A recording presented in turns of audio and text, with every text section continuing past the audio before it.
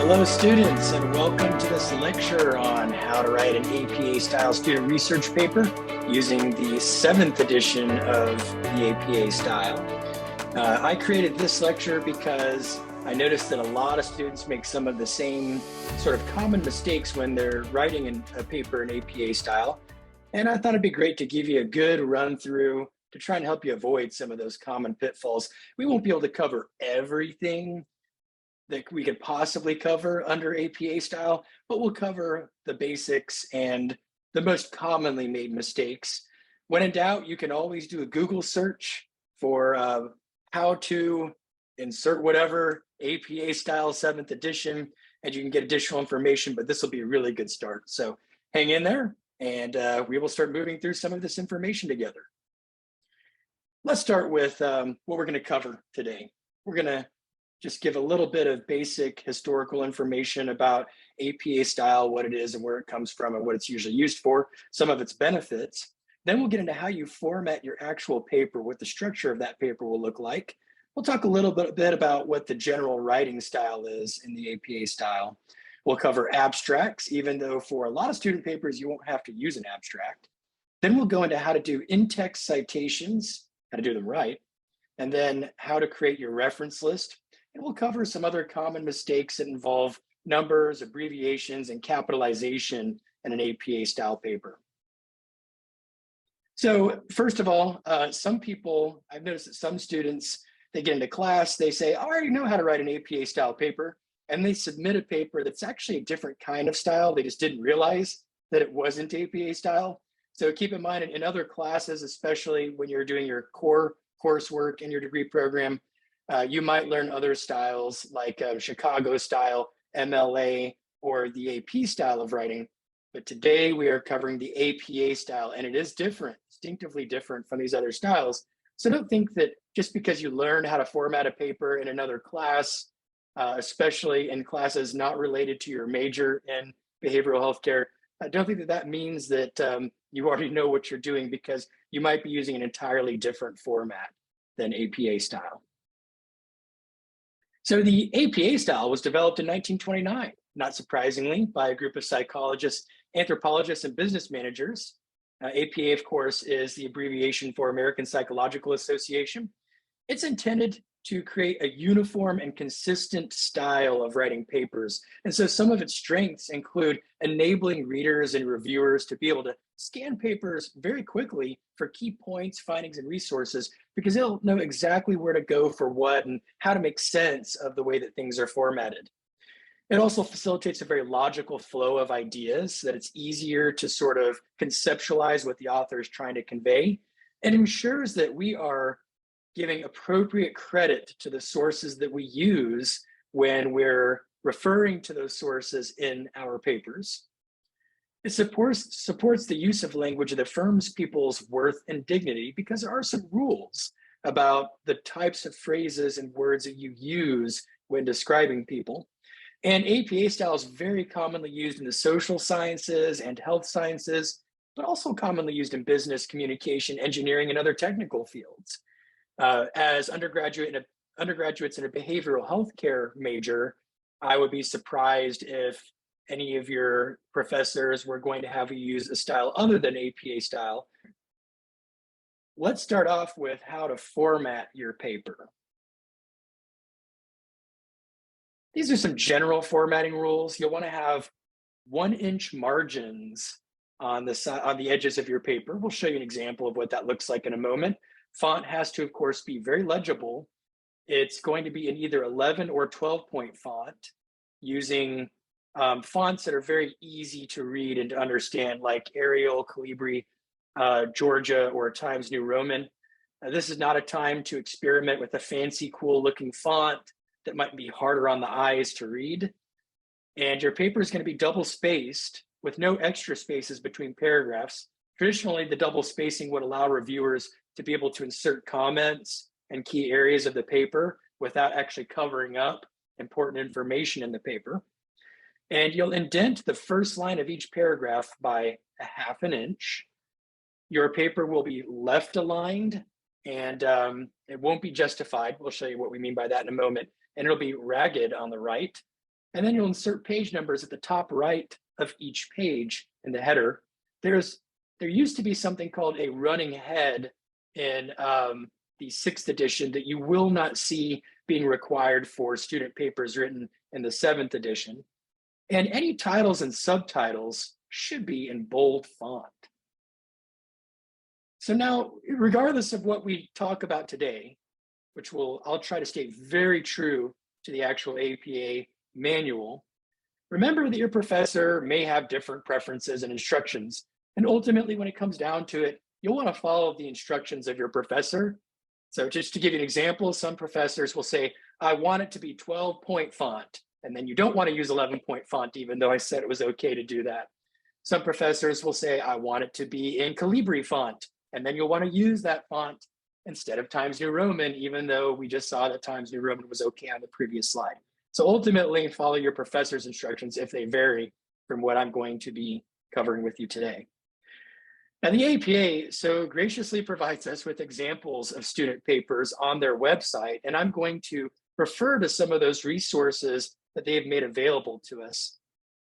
Let's start with, this is a screenshot from the APA website of their sample paper. And this is a first page in the body of your paper. It's the introductory section of your paper. And notice that you repeat the title of the paper in the top here. It's centered and in bold font right here. And then underneath that, we have, well, actually, this is the paper's title here, centered and bolded. And then underneath that, the student started their introduction. Notice that the first line of a paragraph is indented by 1/2 inch, like we saw in the previous slide. Notice that we are aligned left. That means that everything is perfectly lined up on the left-hand side. And on the right side, on the other hand, we have a ragged margin. So you can see that everything is not perfectly aligned on the right. So this is called left justified, and that's the setting that you'll use in Microsoft Word, for example. I think it's the default setting anyway. Notice that when we get into our second paragraph, we're going to again have a 1/2 inch indent here. So it should be very easy for the reader to see where a new paragraph is starting and an old one is ending. And all the text should be perfectly aligned on the left-hand side with the exception of those 1/2 inch indentations.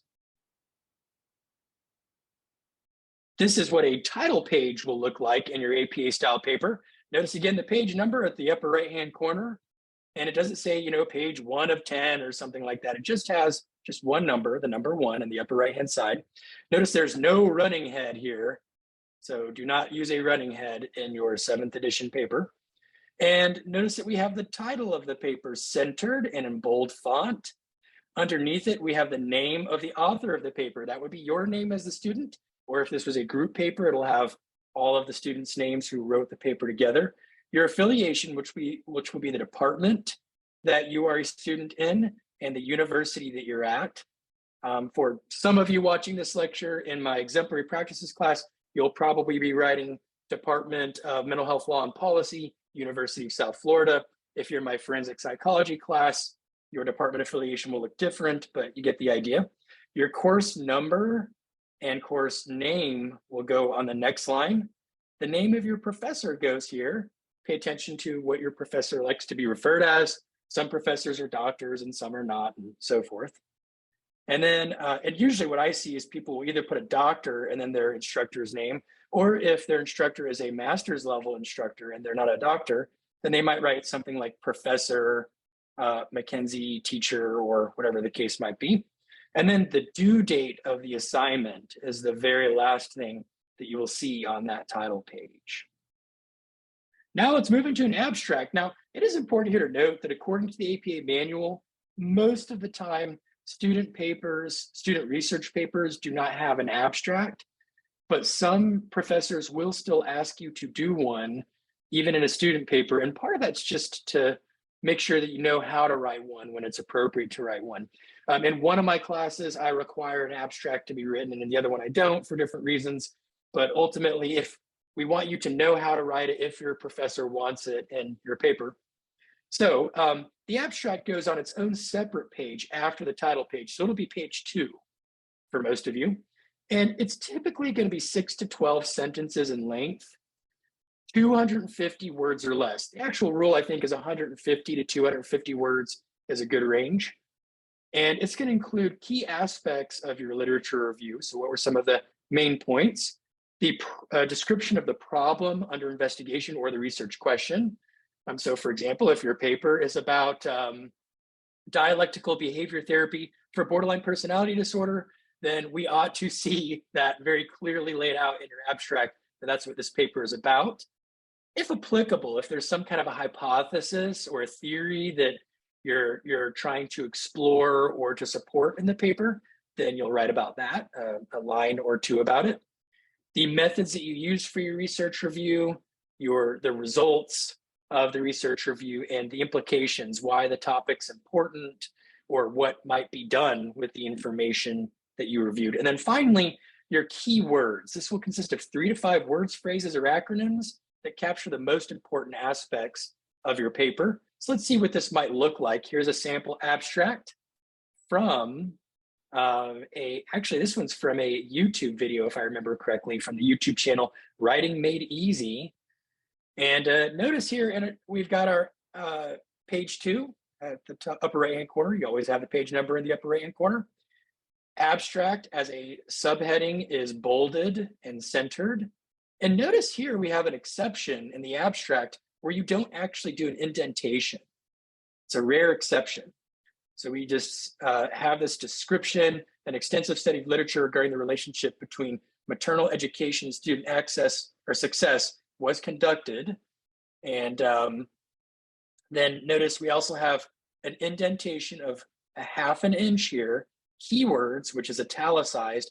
And then these are 5 different phrases that the student who wrote this paper thought were keywords to sort of summarize the subject content of the paper. Now, why do people do this? It's because when papers are published, then it's important to know what kinds of keywords people might be searching for that could link to the content of your paper.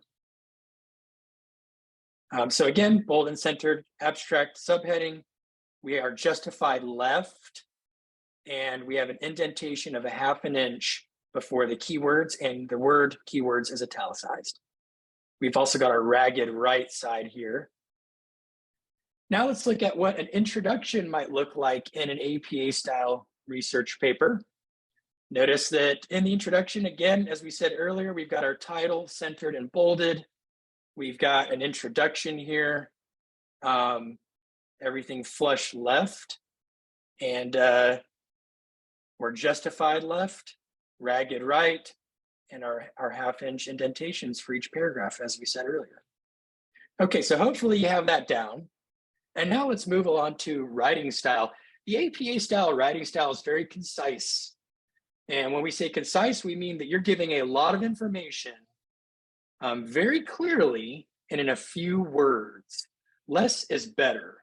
The smaller the number of words that can adequately and clearly describe the information you're trying to convey, the better. This is not really superfluous, elaborate writing style. This is more technical and scientific writing style in nature. So I'm going to give you an example of what that might look like. On the left-hand side here, we have a sentence similar to what I will often see in some student papers. There are so many different ways that students can make different kinds of mistakes when they're writing their papers in APA style. That sentence has a lot of unnecessary words. You could convey the same meaning in a smaller number of words, as you see on the right-hand side here. Students can make many mistakes when writing papers in APA style. It's shorter, but it really conveys all of the same meaning that you see on the left-hand side. So if you can convey the same meaning adequately in fewer words, then you're going to do it that way. The right side is more in line with the intention of APA style than you see on the left-hand side. Here's a second example. One of the reasons that people rate their professors poorly on ratemyprofessors.com is that some professors want their students to write their papers in a certain kind of style, such as APA style. Again, you can convey all that same information very clearly in a smaller number of words, as you see on the right-hand side here. Students sometimes rate professors who require APA-style papers poorly on ratemyprofessors.com. So same meaning conveyed, smaller number of words. That's the way we want to do it in APA style. Now let's move into in-text citations, an area where students will often make a lot of mistakes when they're new to writing these papers. Now, in the APA style, you must use in-text citations. It's interesting to me when I see that despite all of the training that I might give on how to write an APA style paper, that sometimes students will submit papers and they will not have a single in-text citation, which means that I have no idea where they're getting their information from. They might have a reference list at the end, but when I'm actually reading their paper, I don't know where these facts and figures are coming from. I don't know what ideas are uniquely the students' own ideas or what ideas they're paraphrasing from somebody else. That is a huge problem and a big no-no in the APA style world. You have to have in-text citations.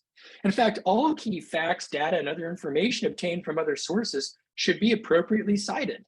Otherwise, you're essentially plagiarizing. So this can include when you're paraphrasing the ideas of others. That means that you're stating what they said, you're summarizing what they said in your own words.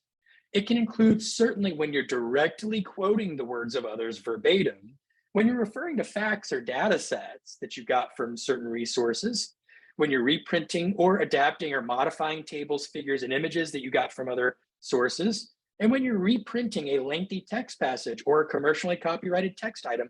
These are all examples of situations in which you should use in-text citations. Now, there's a signal phrase. That's one. There are two different ways to do these in-text citations, essentially. The first is a signal phrase. Here you include the author and the date of the publication in the body of your text. So I give you an example here. Norton, 2021, surveyed 464 clinical mental health counselors about their experiences working during a pandemic. So we've got the last name of the author, Norton, and then in parentheses, the year of that publication. Now, a second way to do it is a parenthetical citation. And this is used when you are not incorporating the author's name into a sentence, but you still, of course, want to cite that author. So here's one example. Following the onset of the pandemic of 2020, 1 out of every 3 clinical mental health counselors worked more than 40 hours a week. And then in parentheses, Norton, 2021. So now everybody knows that they can go to the reference list, look for the last name Norton and the year 2021, and they can find exactly where this information came from. But in this case, it's a parenthetical citation because we throw it at the end of the sentence. And something I should have done here that I didn't is put a period right here after the parentheses Norton 2021. I forgot to do that, but hopefully you get the idea. Here's a second way that you could do a parenthetical citation. Many researchers, sorry for the typo there, and then in parentheses, example, Norton 2021. If I was going to list like 10 different researchers, then I would in those and within those parentheses, but I only did one in this case, reported that clinical mental health counselors were working overtime after the onset of the pandemic. All right, so here are examples of some very simple in-text citations using the two methods for an in-text citation, a signal phrase or a parenthetical citation. Now let's talk about what if you're directly quoting somebody word for word. When quoting a source verbatim, include a page number, or if no page number is available, a paragraph number. Technically, there are some other options as well, but I almost always see either a page number or a paragraph number in the in-text citation when somebody's being directly quoted. So here's an example. In quotation marks, 36% of counselors said they were expanding their hours of availability to try and meet the increased demand for therapy, end quotation. And then after the quotation mark, we have our parenthetical citation, Norton, 2021, page 10. So this tells the reader that if they were to go to that source, that article written by Norton in 2021, and then they go to page 10, they will see this exact quote on that exact page. And that way, if they wanted to go to the source of your information and get a better understanding of context, then they could do so. Here's a second example. Norton 2021 observed that 36% of counselors said they were expanding their hours of availability to try and meet the increased demand for therapy. And in this case, after the direct quotation, we put the parentheses p.10, page 10. Either way is fine, but you must have a page number or paragraph number so that we know exactly where to go in that resource to find that exact quote. All right, now block quotes. What if your direct quote is greater than 40 words? In that case, you're not going to use quotation marks like we just saw in the previous slides. Instead, you're going to indent each line of the quotation. So the entire quote will be indented by a half an inch from the left margin. And then you're either A, going to cite the source in parentheses after the quotation, or B, cite the author year/year in the narrative before the quotation, and then place the page number or paragraph number in parentheses at the end of the quotation. Okay, so what does that really look like? Let's show you an example from the APA website, 2 examples of block quotes. Researchers have studied how people talk to themselves, and then here's our block quote. Notice the entire thing, every line of it is indented by half an inch. And then at the end, we have in parentheses, the author's names, a comma, the year, a comma, and then the page number that this direct source comes from in that source. A second example is a block quotation with a narrative citation. Flores et al. 2018 described how they addressed potential researcher bias when working with an intersectional community of transgender people of color. I forgot to add in this PowerPoint presentation, by the way, that we use this et al. Thing when there are 3 or more authors. We don't want to have to list 6 authors' names, for example, here. So if there are more than 2 authors, then we do et al. After the first author's name. And then notice we have our block quote. Again, every line of the block quote indented by half an inch from the left. And then at the end, we have in quotations the page number. If this were coming from a website article that had no page numbers, we might instead see PARA.4, which would mean paragraph 4, since there's no page number. All right, let's talk about, speaking of which, quotations from sources without pages. Instead of a page number, use another logical identifying element, such as paragraph number, chapter number, section number, table number, etc. So here's an example. Jones, 1998, found a variety of causes for student dissatisfaction with prevailing citation practices, paragraphs 4 through 5. So here we're referring to 2 different paragraphs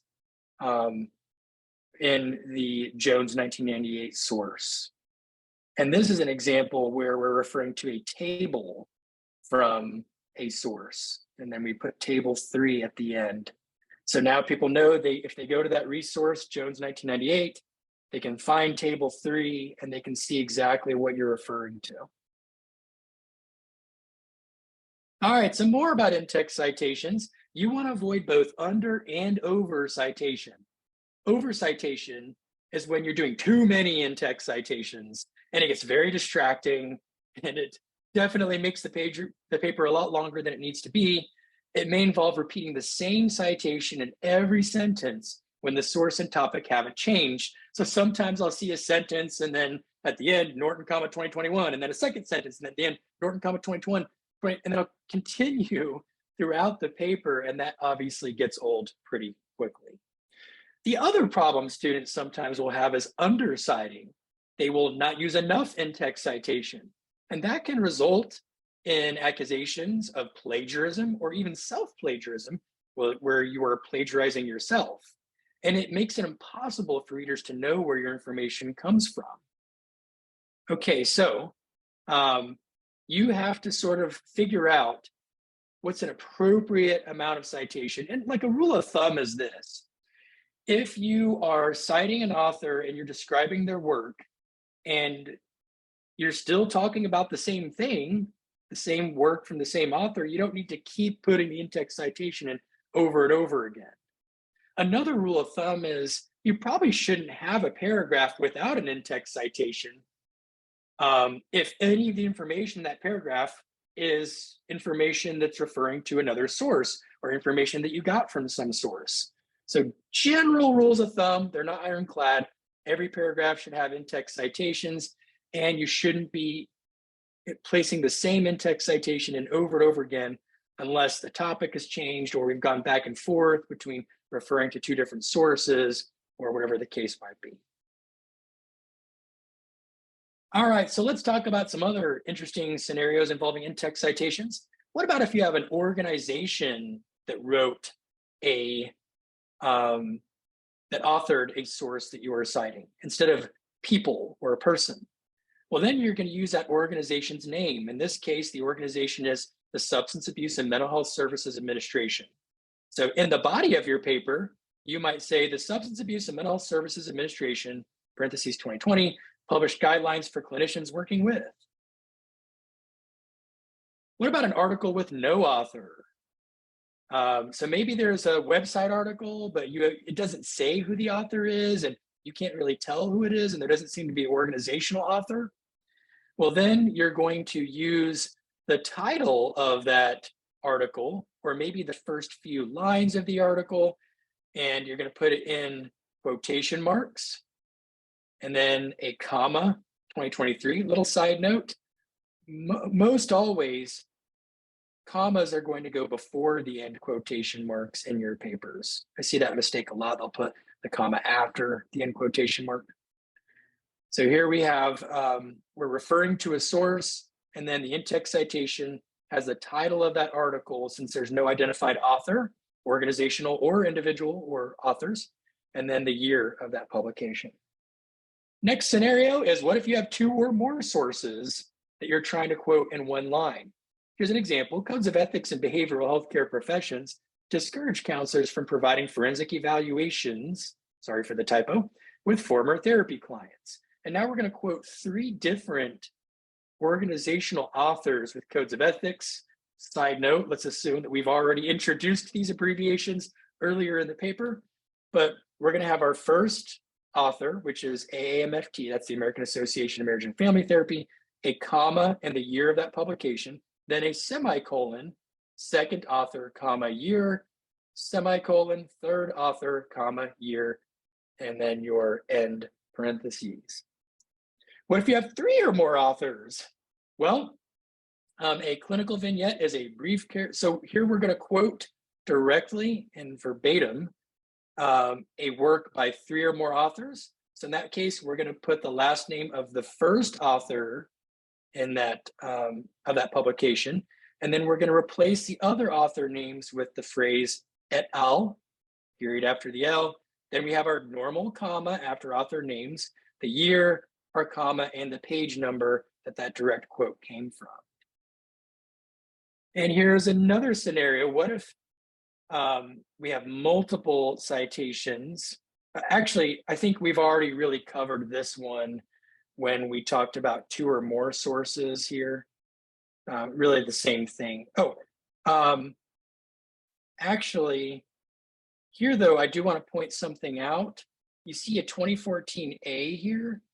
That's because probably elsewhere in this paper, there was a second paper written by the same author, in this case, an organizational author, the American Counseling Association, that was also published in 2014. So when you have more than one source with the same author and the same year, then you start using letters like A, B, and C based on the order that they first appear in your paper. And then when people go to your reference list, they can find American Counseling Association 2014A and then differentiate that from B and C and so on. All right, so sometimes students will unnecessarily describe a source in the body of their paper. In this case, read this. In an article entitled "The No Surprises Act, What Counselors Should Know," that was published in the November 2022 issue of The Advocate magazine, Dr. Aaron Norton offered a summary of how the No Surprises Act affects counselors working in the field. This is very unnecessary in an APA style paper. It's great in some other writing styles like the AP style, but in an APA style, all of this is unnecessary because it's all in your reference list. Instead, you should say something like, Norton 2022 offered a summary of how the No Surprises Act affects counselors working in the field. We don't need to know what the title of the article is, when it was published, and where it was published, because all of that's going to be in the reference list. Any interested reader would see Norton 22 here, they would say, gee, I want to find that article. They'd go to your reference list and they'll find Norton 2022 and they'll figure all that out for themselves. You don't have to write about it in the body of your paper. All right, let's move into the reference list. Also an area where we see a lot of mistakes when people are new to the APA style. The reference list goes at the end of your paper, and it's going to be separated from the body of your paper. It starts on its own clean page, but you still have your page numbers at the in the upper right-hand corner. All lines after the line of each entry should be indented by 1/2 inch from the left margin. That's called a hanging indentation. We'll see what that looks like in just a moment. And all of your sources are going to be ordered alphabetically by the author's names. You are going to write the author's first and middle names as initials rather than spelling the whole thing out. So you'll see Norton, AL instead of Norton, Aaron Lee, for example. For multiple authors, you'll use an ampersand before the last author's name. So example, Davis, EL, Norton, AL, and Chapman, R. Should have had a comma there. And if there are 21 or more authors, then you're going to use an ellipsis. Those are 3 dots after author number 19, and then you're going to add the final author's name. So let's say you have 25 authors, then you're going to list the first 19's names, then you're going to put 3 dots, and then you're going to put author number 25's last name, and then sorry, authors 20 through 24, you just don't get to have your name in the reference list. But people can go to the source of information and find the other authors anyway. You're going to italicize the titles of longer works. Specifically, that's the titles of journals and books, but not shorter works like article titles. Those are not italicized. Capitalize all major words in the titles of journals, but not in the titles of articles and books. Spell out the full names of institutional authors instead of using their abbreviations in your reference list. So even if you appropriately introduce an abbreviation in the body of your paper, when you get to the reference list, you're still going to spell out the full abbreviation. Here's an example. Instead of APA 2022, you're going to say American Psychiatric Association 2022. So let's look at what all this might look like. So remember I talked about hanging indentation. Sometimes I'll see that students will put numbers. They'll say this is source 1, 2, 3, 4, or they'll do bullet points. Do not do that. That's not the way it's supposed to be done in APA style. Instead, you've got your first source, and then you've got an indentation of 1/2 inch for every line related to that source. So we know that all of this is part of the bottomly reference because we see the 1/2 inch indentations after bottomly. So we know this belongs to this. And that will happen all the way through your reference list. If you don't know how to make a hanging indentation in Microsoft Word, or whatever word processor you're using, you can Google those instructions and learn how to do a hanging indentation. I'll point out a few things. We've got our last name of our first author, a comma, their first initial, and their middle initial. And then we've got our ampersand, and then we've got the second author's name, the year of the publication in parentheses, a period, the name of the book in this case. I know it's a book because of a couple things. Number one, it's italicized, so I know it has to be a longer work. Notice that we didn't capitalize the words relaxation, training, manual, helping, etc., because we don't capitalize all the words of book titles. We only capitalize the first word, and in this case, the first word after a colon, which is a subtitle. I also know this is a book because I see a publisher at the end. So it's italicized, so I know it's a longer work. I see a publisher at the end. I can assume this is a book. But that's different than this reference. Notice here, the title is not italicized. That tells me that this is a shorter work, like an article in a periodical or a journal. Then I see this italicized with everything capitalized except for the word of. And that tells me that this is likely a journal. Also, the word journal tells me that it is a journal. It's italicized, everything is capitalized, So it's got to be a journal. Notice that the volume number after the comma is also italicized, but the issue number in parentheses is not. And then we have the pages in that issue of that journal where we will find this article. And finally, what's called a DOI number, which we'll talk some more about later, but it's a universal number used to identify articles. So this is just an example of what this will actually look like in a reference list from the APA's website. Now, what if I can't find that DOI number that we just referred to? Well, what I always do is, let's say that I'm looking at a journal article online, then I do a keyword search for DOI to see if it's somewhere in there in the margin, somewhere at the bottom or at the top, because different publishers will place the DOI number in different areas. But if you can't find it using a keyword search on that paper or that site or that PDF, if you have a DOI number, but you don't have a hyperlink, then you can just insert the prefix https://doi.org/ before the DOI number, test it out to see if it works, and that will probably redirect people right to that source. Finally, what if you don't have the DOI number? Well, you could go to this website, crossref.org/guest query, and you can input some information about your article to see if you can find a DOI number for that article. DOI numbers come in handy. Here's some more examples of the reference list from the APA style student paper on the APA's website. I'll just point out a couple things that might be kind of cool to pay attention to. Here's a conference presentation. So notice that's formatted a little bit differently. We've got the exact dates of the conference presentation. The title of the presentation is italicized, but then in brackets, we say paper presentation. And then this is the event that it was presented at, the American Psychological Association's 90th Annual Convention. And the location was Washington, D.C., United States. So that's a little different. Fortunately, you can go online to find out how to appropriately structure the reference for anything: a YouTube video, a blog article, a journal article, a presentation, a lecture from your professor. They all have unique ways to be referenced in the reference list. So when in doubt, just Google it and see what you can find. Here's an edited book chapter. So what if you're reading a chapter that's in a book that has lots of chapters, and each chapter has different authors, but there's an editor of the book? Well, in that case, you're going to have the names of the authors of that chapter, the year of the publication. Here you have the name of the chapter. It's not italicized, but then we say it is in, and then we list the name of the editors, and then in parentheses, the abbreviation for editors, and then italicized, this is the title of the edited book. The third edition, these are the page numbers for that chapter, and then finally, the publisher, Guilford Press.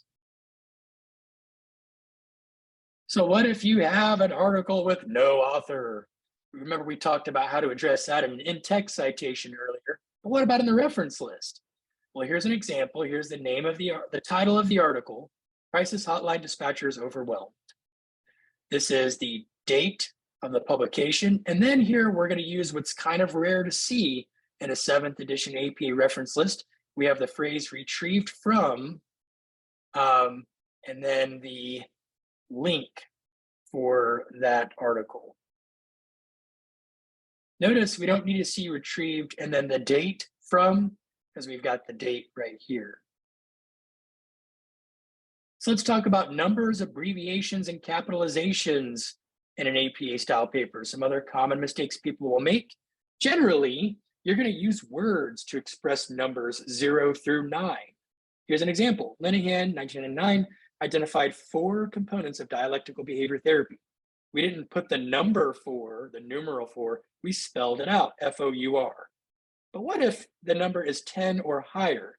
Then you're going to use numerals to express those numbers. So here we have the number 10 as a 1 and a 0 instead of the word TEN, 10.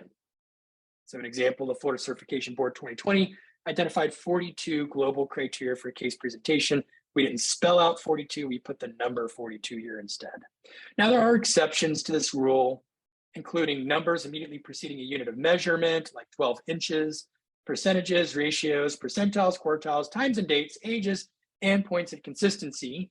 That means, for example, if I say 6, which is less than 10, but then I have a number that's 10 or higher in that same sentence, then to be consistent, I can go ahead and use the number 6 instead of SIX, and then 12 students in every classroom.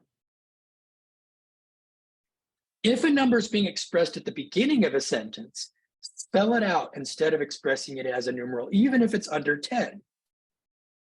So here's an example. I'm sorry, even if it's 10 or over. So an example is 24% of adult Floridians do not know what a counselor is. Instead, we should get rid of the number 24 up front and spell it out. 24% of adult Floridians do not know what a counselor is. Okay, abbreviations other than those listed in dictionaries, like HIV is a good example, must be properly introduced. So most abbreviations, you're going to have to tell your reader what that abbreviation means the first time that you use it in your paper. Here's an example. Cognitive behavioral therapy, parentheses CBT, is an umbrella term referring to. Now, from this point forward in the paper, the student can just say CBT. They don't have to say cognitive behavioral therapy anymore because we already learned what CBT means. And if somebody's reading page 5 and they see CBT there, and they're like, what does CBT mean? They're going to go to earlier parts of the paper and look for a parentheses with CBT in it. And that's how they'll find what that means if they were only looking at part of your paper. So we do this stuff for a reason. Sometimes I'll see the students get it in the reverse. They'll say something like CBT, parentheses, cognitive behavioral therapy. That's not how to do it. We do it this way for a reason.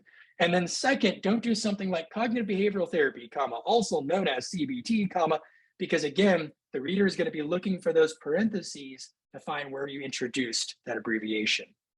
If you're introducing an abbreviation in a parenthetical in-text citation, use brackets. So what if like you're quoting a source or you're paraphrasing a source? Medical cannabis is generally discouraged for the treatment of psychiatric disorders. In an in-text citation, and then you're like, well, it's kind of awkward to put another parentheses within a parentheses.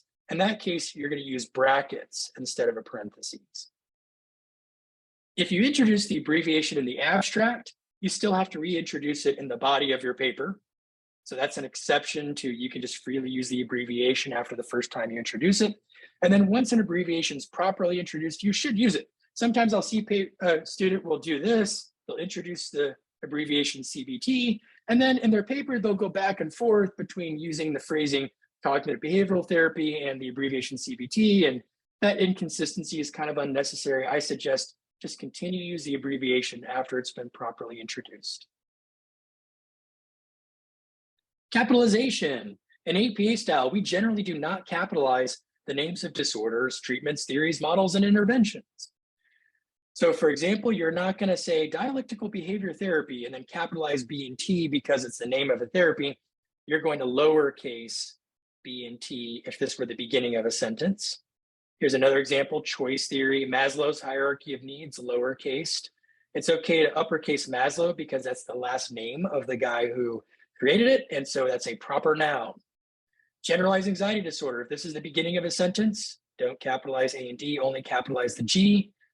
But if it were in the middle of a sentence, you'd put all 3 of these words in lowercase, generalized anxiety disorder.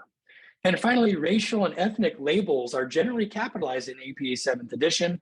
Here's an example. Arrest rates for substance-related crimes vary between white, Hispanic, and Black Americans. Notice that white, Hispanic, and Black are all capitalized. So is Americans because that is a proper noun. All right, so we're almost done, but what we did not cover in this lecture was how to appropriately format tables and figures.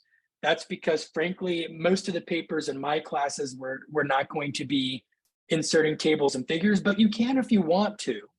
So I would suggest just Google APA style tables and figures, or go to the sample student research paper that the APA provides on its site.